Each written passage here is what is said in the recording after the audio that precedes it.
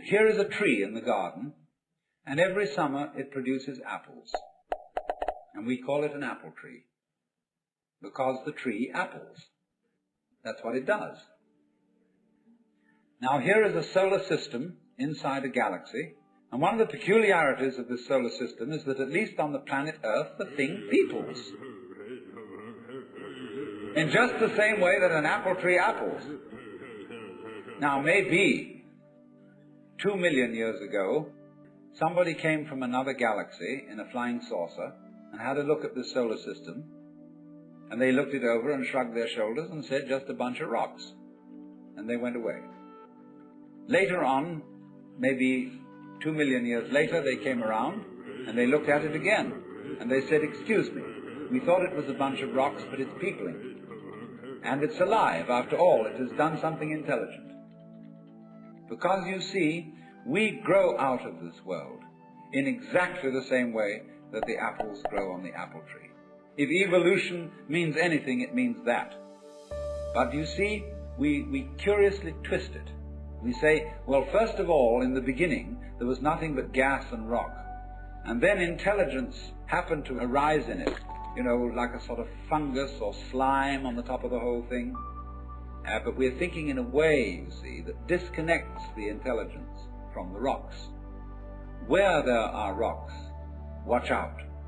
Watch out, because the rocks are going eventually to come alive.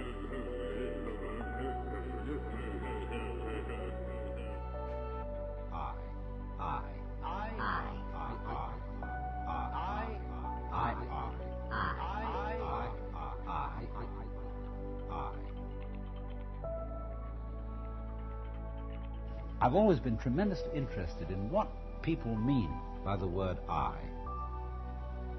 because it comes out in curious lapses of speech. We don't say, I am a body. We say, I have a body.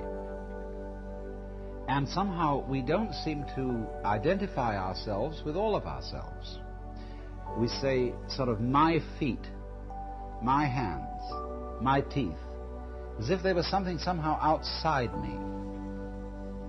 And as far as I can make out, most people feel that they are something or other about halfway between the ears and a little way behind the eyes, inside the head.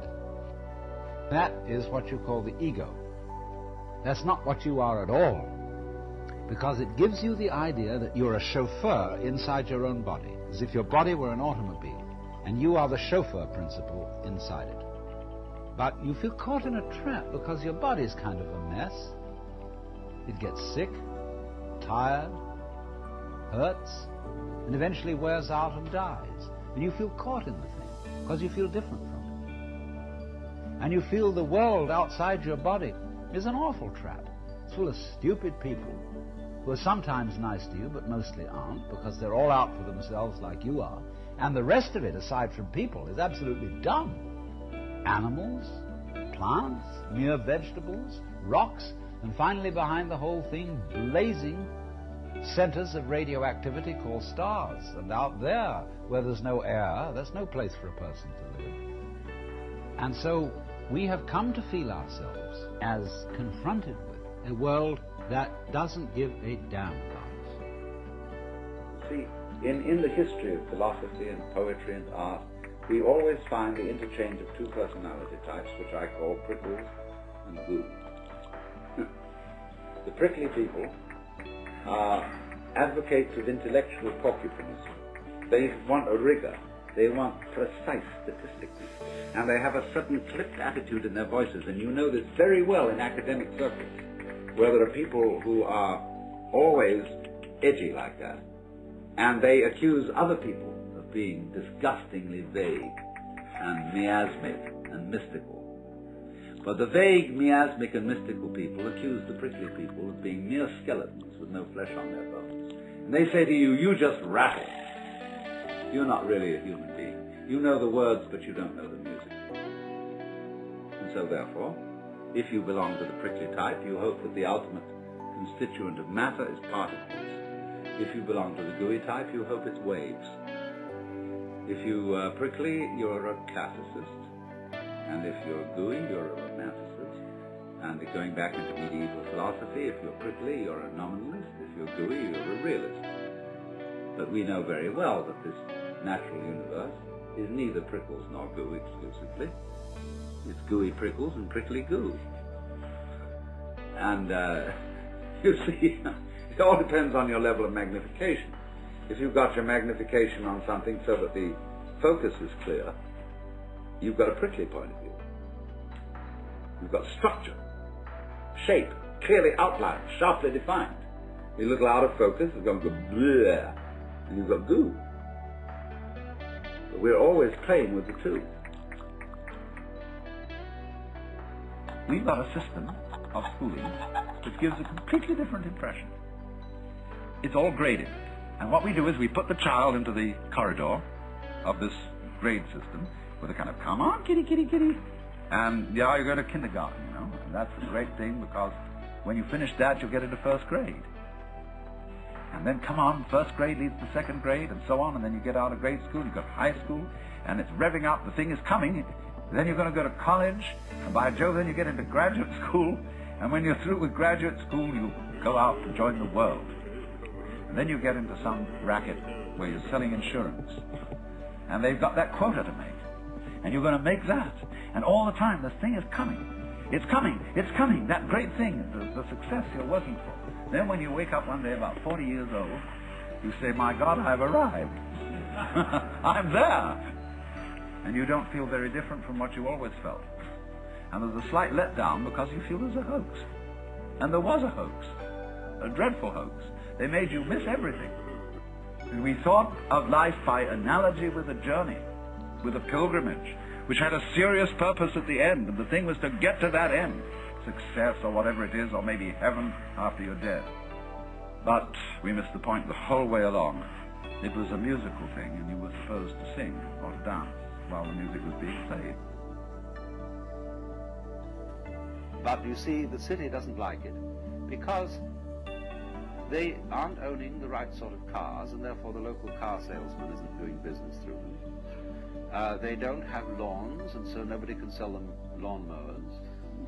They hardly use dishwashers, appliances of that kind. They don't need them. And also they wear blue jeans and things like that, and so the local dress shops feel a bit put out having these people around. And they live very simply. Well, you mustn't do that. You've got to live in a complicated way. You've got to have the kind of car, you know, that identifies you as a person of substance, status and all that. So there's a great problem here in our society. Now, why is there this problem? There's always a very inconsiderable minority of these non-joiners or people who check out of the game. But you will find that insecure societies are the most intolerant of those who are non-joiners. They are so unsure of the validity of their game rules that they say everyone must play. Now that's a double bind. You can't say to a person, you must play, because what you're saying is you are required to do something which will be acceptable only if you do it voluntarily. You see? So everyone must play is the rule in the United States. And it's the rule in almost all Republican governments. I mean Republican in the sense of democratic. Because they're very uneasy. Because everybody's responsible. You mean you may try not to be and avoid it and say, oh, let the senators take care of it or the president. But theoretically, everyone's responsible. Now that's terrifying. See, it's all right when you know what's right. There is an aristocracy, there is the clergy, and they know what should be done, and they're used to ruling, you see. But now it's in your hands. You say, well, what are we going to do? Well, I think this way, and you think that way, and he thinks the other way. And so we're all unsettled. And therefore, we become more and more conformist. Individualism, rugged individualism, always leads to conformism, because people get scared.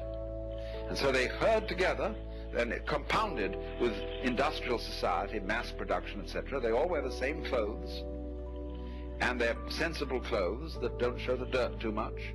And we get duller and drabber, and with the exception of the Californian Revolution.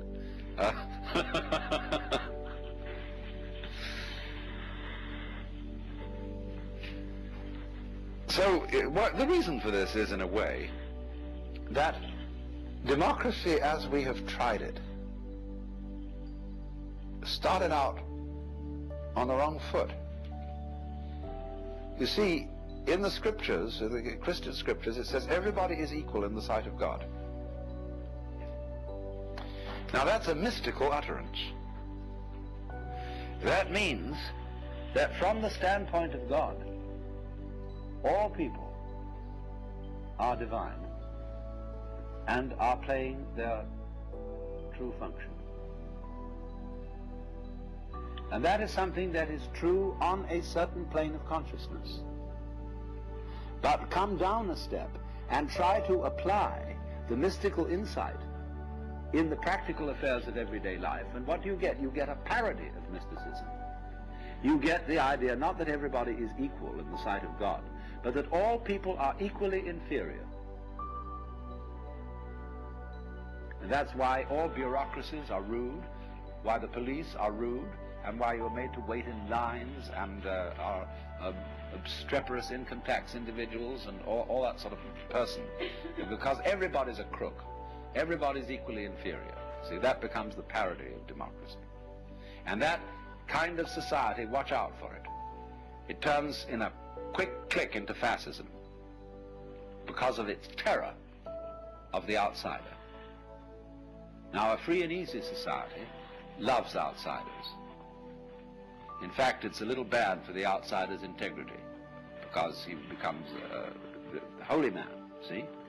And people make salams and give him food and all that. They really take care of the outsider, because they know that man is doing for us what we haven't got the guts to do. That outsider who lives up there in the mountain is at the highest peak of human evolution. His consciousness is one with the divine. And great, just there is someone like that around. It makes you feel a little better. He has realized, he knows what it's all about. And so we need a number of those people. Even though they don't join our game, they tell us, you see, what you're doing is only a game. It's okay, I'm not going to condemn you, but it is only a game, and we up on that mountaintop are watching you. We love you, we have compassion for you, and but excuse please, we aren't going to join. So that gives the community great strength, because it tells the government in no uncertain terms that there's something more than government.